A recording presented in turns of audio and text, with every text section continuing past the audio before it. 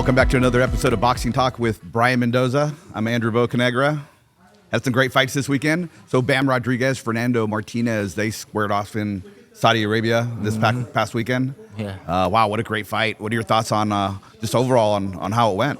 That was an amazing fight. Just seeing the level that Bam has gotten to, and throughout his career, I'm a big fan at this point. He's just always manages to outdo his last performance. He just keeps getting better and better, and through all the obstacles, like the things he's had to overcome, he's in here with another world champion, a very solid one that has beat other world champions. So it's not like a one-off. He's a very solid champion, and Bam kind of just played with him. From the opening bell. He even said it after the fight. They're like, "When do you think you had him?" And he's after the first round. So it was just immediate takeover. And yeah, it was just a phenomenal performance. So if you had him after the first round, and we looked at a 10th round, went to the 10th.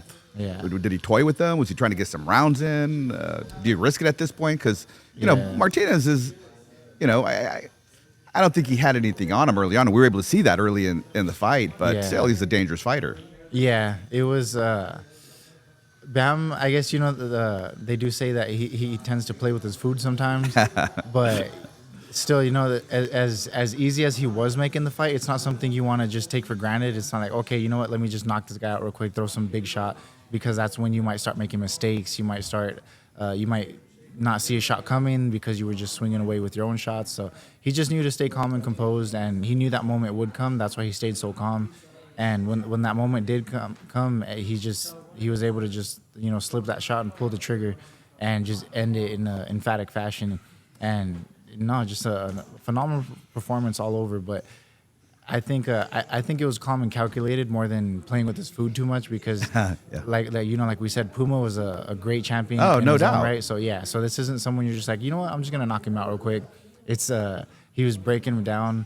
I really expected a lot of body work, which is what Bam did in this fight, because Puma has a great chin, and he just loves to just keep coming forward. He doesn't care what you hit him with, but a lot of times guys that have the chins at that level, they can't take the body shots as well. And from the very first round, Bam just worked his body and kind of broke him down systematically, and that's what led to the knockout later on. What is his biggest weapon?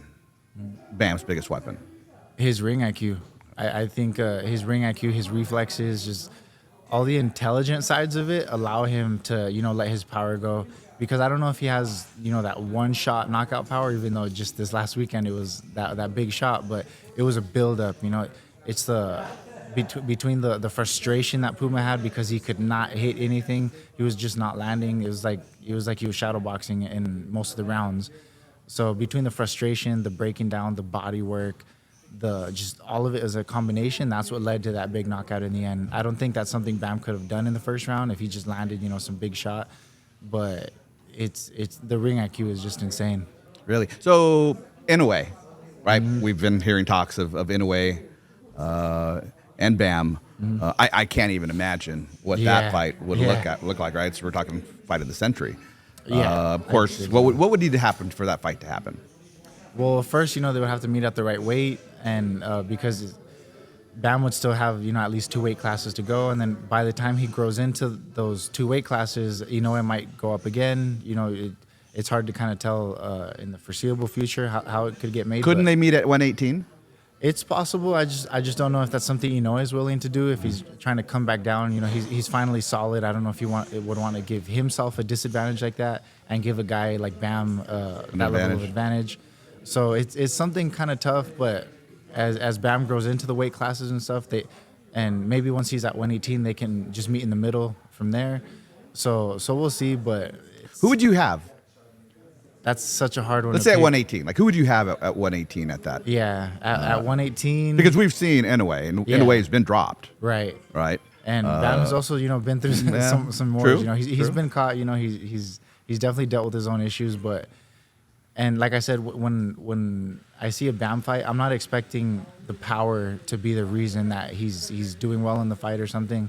It's not, he's just beating guys down for some reason. So, he's been caught, but the thing is, can Bam catch him, with the shot that he's truly not seeing, just the the angles, and can he be as effective as someone as smart, because is also a very intelligent fighter. And it would be a chess match. I honestly don't know if I could pick a winner. That'd be a tough one. I yeah. can't imagine what that would even look like. Yeah, because I think Inouye, his size would definitely help him, because I think Bam, especially at this weight class, maybe even at 118, I don't see too much of a threat for him. I feel like it's gonna have to be someone that's just as intelligent or close to it, that also has a size advantage that can kind of help make that difference. Because if Bam's even near your size and stuff, and the ring, his ring IQ is gonna be higher, it's gonna be a very long night for most of his opponents. Wow. Abdullah Mason, Sam Noakes, was that the fight of the night? To me, it was. Yeah. Right. So Abdullah goes on to capture the WBO lightweight title at 21. He's the youngest current champion today. Yeah. Right. How exciting for him. Yeah, it was crazy.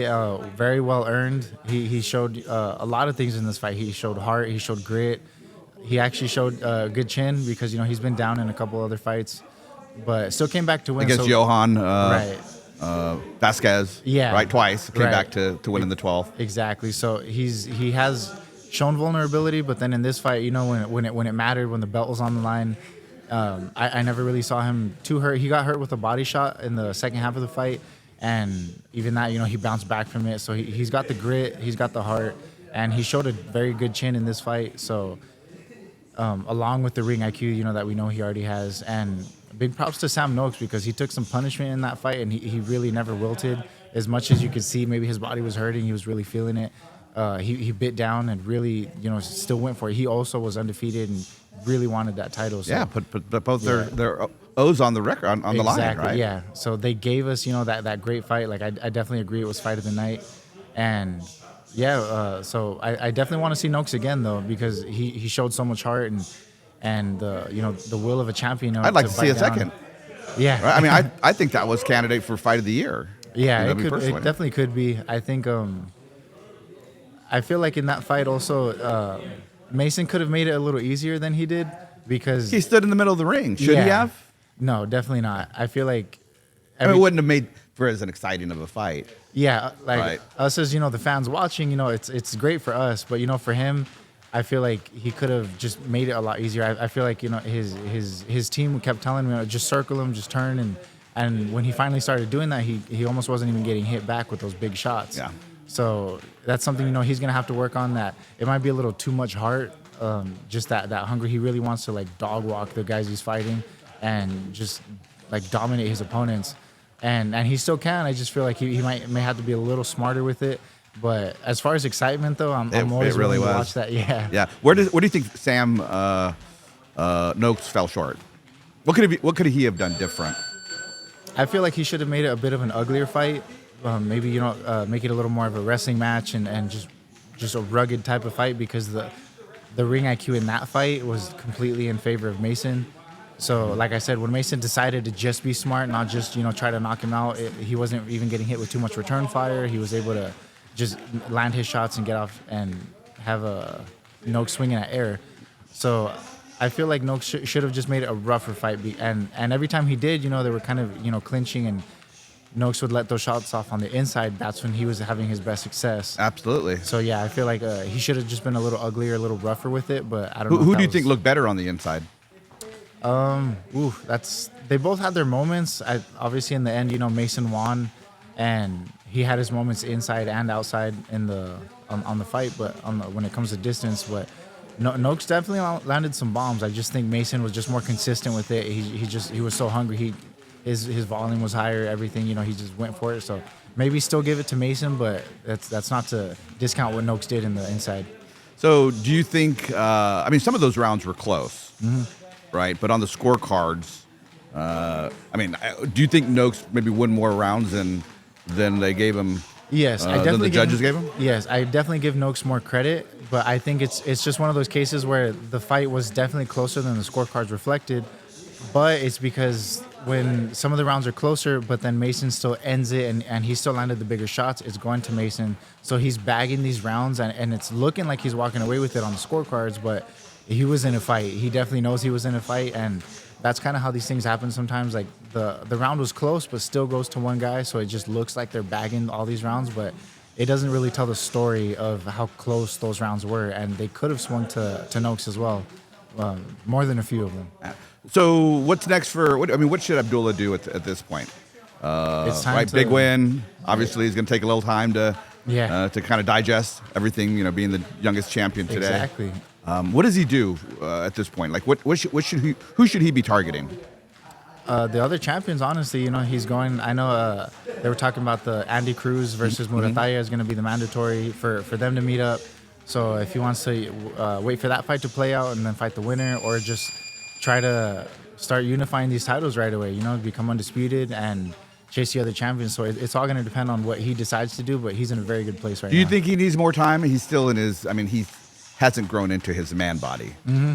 Right? How's that going to play out in a couple of years? Where do you see him progressing? How do you see him progressing? Yeah, skill-wise, he's already there. I definitely think he can hang in there with any of the other champions in that weight division.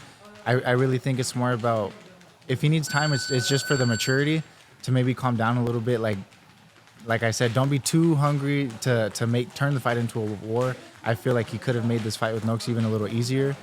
But so yeah, I really think the only thing as far as maturity is to stay calm and just you can still be exciting. I'm not saying to completely just be okay with the win. Sometimes like we look at Haney in those fights and he's okay in that way. I feel like Mason's a lot more exciting than a lot of other high IQ fighters.